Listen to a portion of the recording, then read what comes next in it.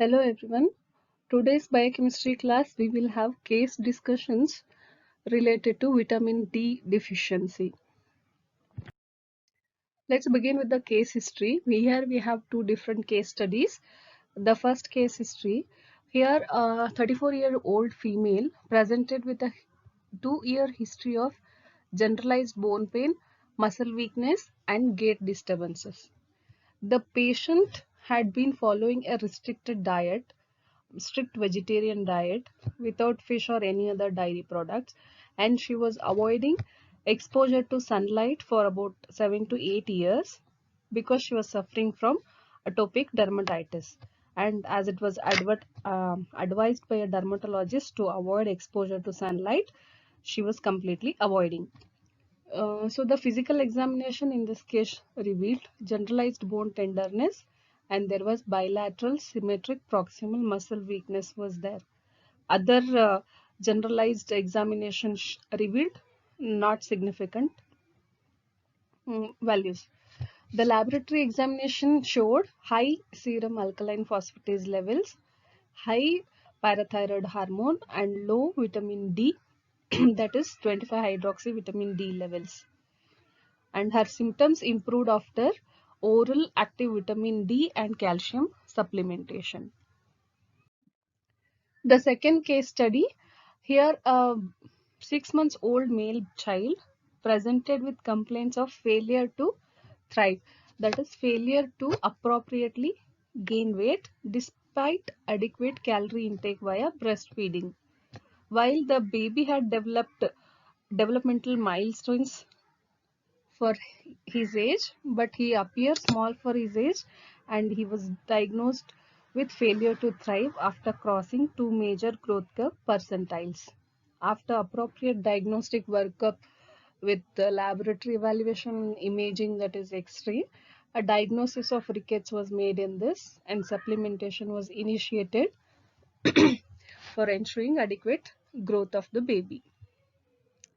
Here two different cases. There are certain questions. Write the answers for this in the end. Go through the questions later. So let's begin with vitamin D and its chemistry and mechanism of action. Vitamin D, it is a fat soluble vitamin. It is also called as sunshine vitamin because it is synthesized from sunlight. Also called as anti-rickettic factor because it prevents the development of rickets in children. Also called as cholecalciferol or calciferol. Vitamin D, its structure is, it is a steroid compound. It has hydroxyl group at first, third and 25th position. So that is why it is also known as calcitriol. Vitamin D is more of a hormone, less of a vitamin, because this vitamin D can be synthesized in the body and it is released in the circulation, and it has distinct target organs, meaning since it is synthesized in the skin, but its action is the effects of vitamin D are on different target organs like intestine, bone and kidney, and the action is similar to steroid hormones. Like the vitamin D, once it is released into the circulation, it binds to a receptor in the cytosol, and that forms receptor vitamin complex. So this complex interacts with a DNA molecule and stimulates the synthesis of calcium binding protein known as calbindin. So the mechanism is similar to steroid hormones. So the vitamin D is more of hormone than vitamin. So basically vitamin D has got two forms, vitamin D2 or just D2 and vitamin D3. Vitamin D2 is known as ergocalciferol and synthesized from ergosterol, and it is mainly comes from plant sources.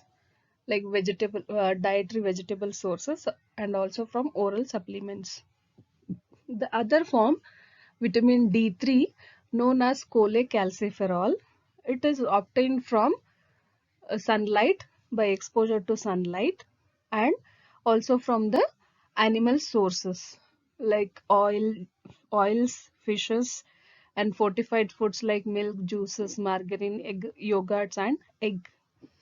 So there basically vitamin D is available in two forms, D2 and D3. The circulating form of vitamin is in the form of 25-hydroxy vitamin, and the active form, the biologically active form which is responsible for its action, is 125-dihydroxy cholecalciferol, also known as calcitriol. Coming to the sources, the easiest and the best source of vitamin D is from exposure to sunlight.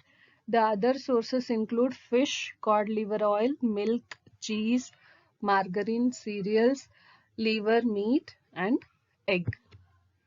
And the recommended dietary allowance for children, it is 600 international units per day, and adults it is 400 international units per day.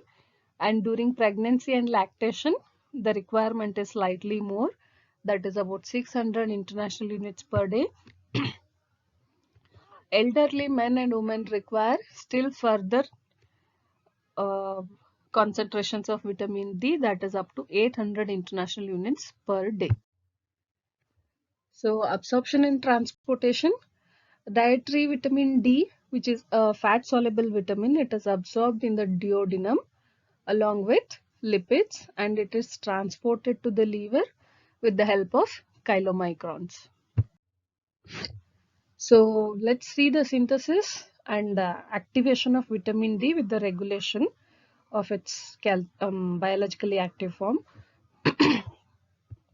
From the sunlight, 7-dehydrocholesterol is 7-dehydrocholesterol, which is the prohormone present in the epidermis of skin. On exposure to the sunlight, there occurs photolysis, which leads to breakage of the bond between 9th and 10th position of the steroid ring in the dehydrocholesterol, and it forms an intermediate called secosterol. And this secosterol, on further photolysis, there will be isomerization of the double bond between the 5th and 6th position of the steroid ring, leads to formation of trans configuration from cis form, and this leads to formation of cholecalciferol, which is an inactive form of vitamin D. This is happening in the epidermis layer of the skin. The 7-dehydrocholesterol, which is present in the epidermis of the skin, on exposure to sunlight, undergoes photolysis and forms an intermediate secosterol, and this secosterol further undergoes photolysis and isomerization and forms cholecalciferol, which is an inactive form of vitamin D. This inactive form of vitamin D undergoes further hydroxylation reactions to form biologically active form of vitamin D, and this takes place in two different organs, that is, one is in the liver and the other organ involved in activation is the kidney. This cholecalciferol will be acted upon by 25 hydroxylase enzyme, which is present in the liver, and it forms 25 hydroxy cholecalciferol, and 25 hydroxycholesterol is acted upon by 1 alpha hydroxylase enzyme, which is present in the kidney, and gets converted to 125 dihydroxycholecalciferol, which is also known as calcitriol, and this is the biologically active form of vitamin D. These two hormones, 25 hydroxylase and 1 alpha hydroxylase enzymes, both are monooxygenase enzymes, and both of them require NADPH as coenzyme and also require cytochrome P450 and this 25 hydroxylase is present in the liver, and the 1 alpha hydroxylase is present in the proximal convoluted tubules of the kidney. Both are monooxygenase enzymes, require NADPH and cytochrome P450 as coenzyme molecules. The 125 dihydroxycholecalciferol is regulated by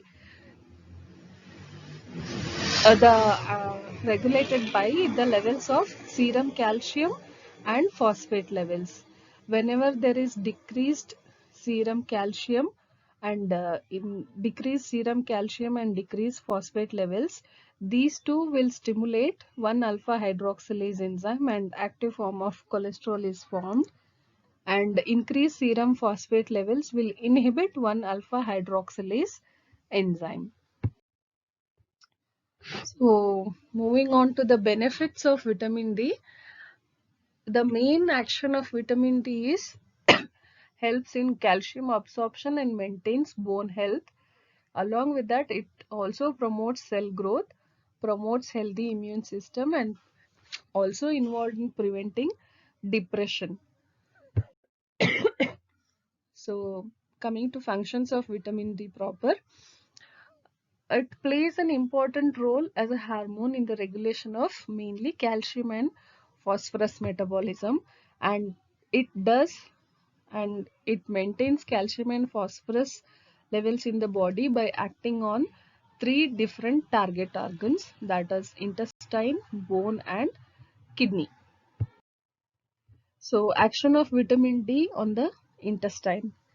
In the intestine, vitamin D increases absorption of calcium and phosphorus concentration by increasing the synthesis of a protein called as calcium binding protein, and it does this by binding to a receptor in the cytosol, and this receptor forms a complex with the vitamin, and this receptor vitamin complex interacts with the DNA molecule and stimulates the synthesis of calcium binding protein known as cal binding, and this increases the absorption of calcium and intestine from the increases the absorption of calcium and phosphorus from the intestine.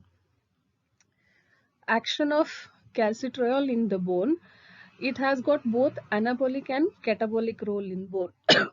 That is, it promotes mineralization of the bones, and which is an anabolic role, and along with the parathyroid hormone, it stimulates mobilization of calcium and phosphorus from the bone, which is a catabolic function. Action of calcitriol on kidneys, it increases the reabsorption of calcium and phosphorus from the kidney and decreases the excretion of calcium and phosphorus. That's how it helps in maintaining the calcium and phosphorus levels in the body. So what happens whenever there is decrease in the plasma calcium levels, this will stimulate parathyroid hormone, and this parathyroid hormone will increase 125 dihydroxycholecalciferol, and this and this PTH will increase the levels of 125 dihydroxycholecalciferol by increasing the calcium mobilization from the bone, increasing renal reabsorption of calcium, and decreasing renal excretion of calcium, and by increasing calcium absorption from the intestine. All these four uh, actions together will increase serum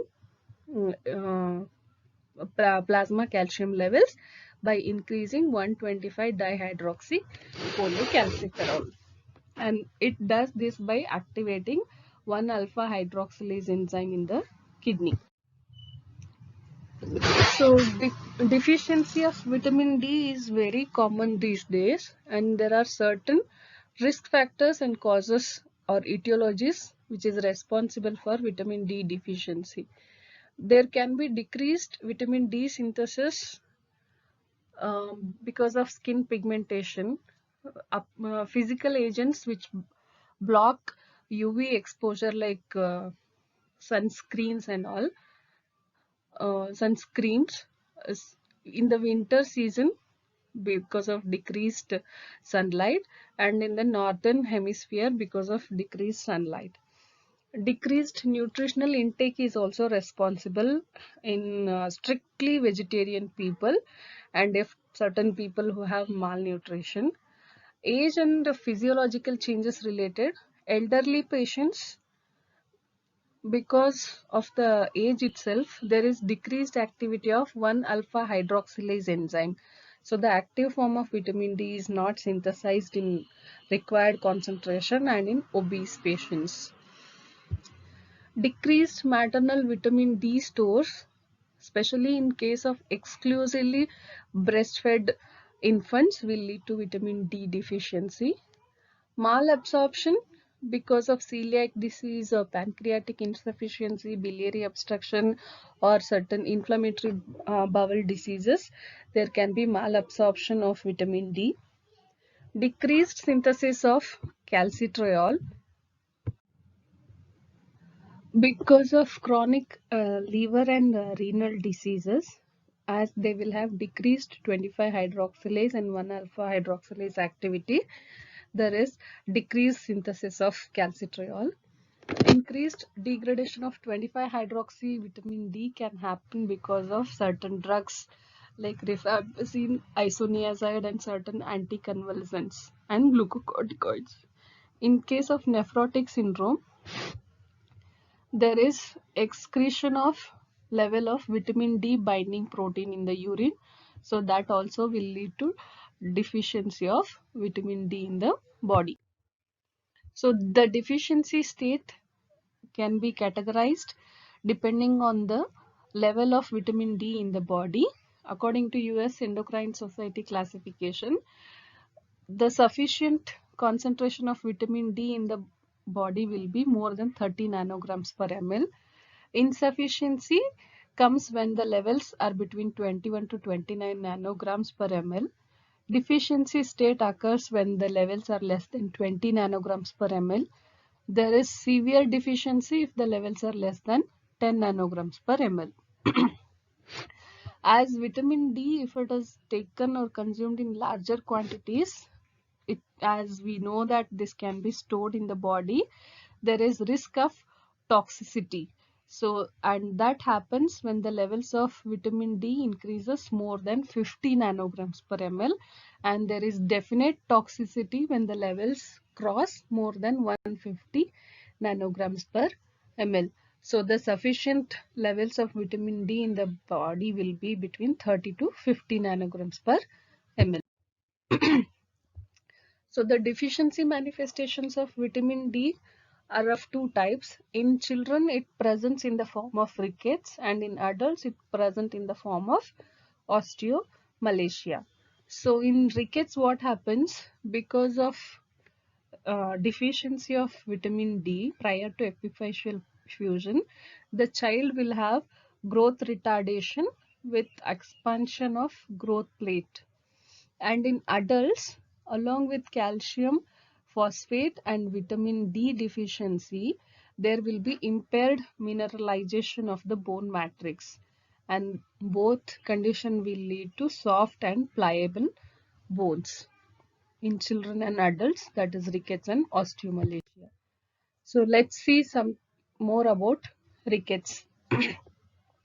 Rickets is basically deficiency of vitamin D in children, and there is insufficient mineralization of bones is taking place, and because of this the bone becomes soft and pliable, and weight bearing bones are affected most, and because of this the child will have bow legs, knock knee, bossing of the frontal bones, and delayed pigeon chest.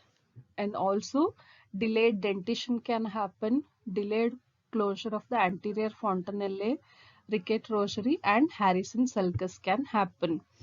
So if you see the image, the normal anatomy of the bone and the ricket bone, here there is because of insufficient mineralization, the bones will become soft and pliable. The clinical manifestation, as because of soft bones, the weight bearing bones are affected most. So the child will have knock knee or bow legs. They may have ricket rosary and pigeon chest. What is ricket rosary? It is nothing but enlargement of the epiphysis at the lower end of the ribs and the osteochondral junction, which leads to beading of the ribs. That is known as ricket rosary. Harrison sulcus, it is a transverse depression passing out from the costal cartilage of the axilla. Pigeon chest is seen, that is, the chest cage expands and becomes barrel shaped. And pot belly is seen because of decreased muscle tone, because of decreased calcium levels in the body, which leads to protrusion of the abdominal muscles. Other manifestations, we can see the frontal bossing of the bones and delayed closure of the anterior fontanelle. Along with this, the rickets can be classified into different types of etiology or pathogenesis. The first type is renal rickets. This is because of chronic renal failure. It is seen in chronic renal failure cases because of impaired synthesis of calcitriol, because of defect in 1-alpha hydroxylase enzyme. As a result of this, the deficiency of active form of vitamin D occurs, which leads to hypocalcemia and hyperphosphatemia. And this can be treated by oral or intravenous administration of calcitriol.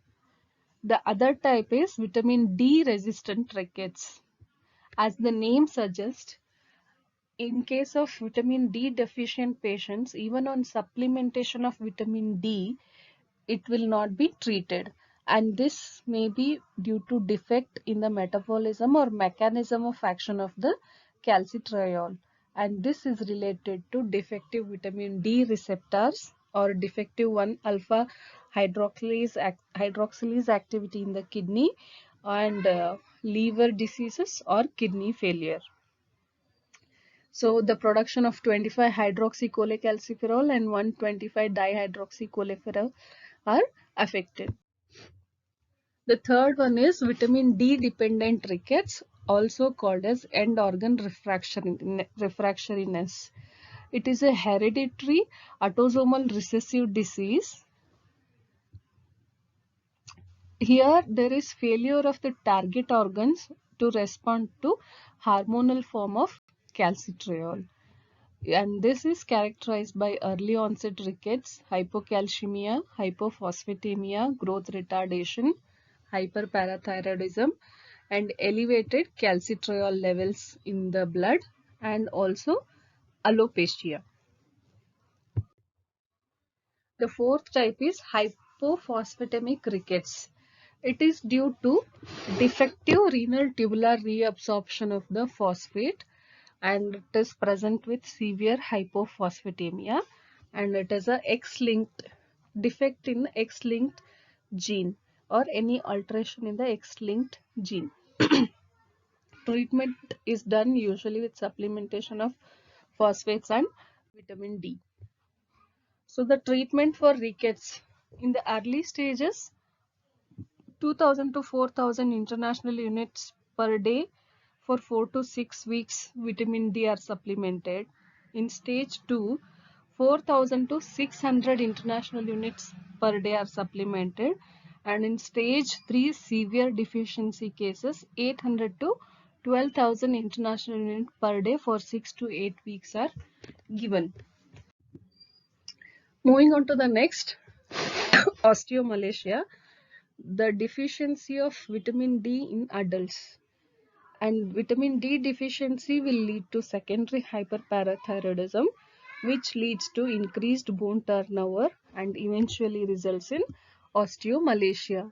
And this is characterized by demineralization leading to decreased bone density, which leads to increased susceptibility of bone fragility and fractures. Mild cases are usually asymptomatic, but As the deficiency state increases, they will have bone pain and body aches. Early easy pathological fractures, especially of spine, lower radius, femoral neck bones. There is general malaise, proximal muscle weakness and waddling gait will be there. They will have difficulty in climbing stairs. And on examination pressure, they will have bone and muscle tenderness on applying pressure. So for evaluation, the lab investigations will include estimation of vitamin D in serum. Here, the circulating form of vitamin D, that is 25-hydroxycholecalciferol, is the best way to assess the storage form of vitamin D. We know that the storage or circulating form of vitamin D is 25-hydroxycholecalciferol, and the biologically active form of vitamin D is calcitriol. And for evaluation, the circulating form should be assessed because it allows for the diagnosis and monitoring of vitamin D deficiency. And the other parameters which includes evaluation will be estimation of serum calcium and phosphorus levels, parathyroid hormone and alkaline phosphatase levels. So the treatment will be treat the underlying cause, supplement calcium and vitamin D, and if required calcitonin and diphosphates. Toxicity of vitamin D can also happen because it's a fat soluble vitamin which can be stored in the body. If high doses are given for long term, this leads to hypervitaminosis D, and the symptoms will include headache, nausea, vomiting, anorexia, polyuria, acute renal failure and calcification in the soft tissues. So to summarize, vitamin D, it's a fat soluble vitamin and predictor of bone health. The recommended dietary allowance include 400 to 600 international units per day. Sun exposure is the best way to get required amount of vitamin D, and best time for sun exposure would be before 9 p.m. and after 4 p.m. And vitamin D deficiency these days is very much common, and it is the most common cause for osteomalacia. And awareness of vitamin D deficiency as a risk factor for osteomalacia is very much required, and its association with the avoidance of sun exposure and dietary requirement are important to know, so that the deficiency manifestations can be avoided. Thank you.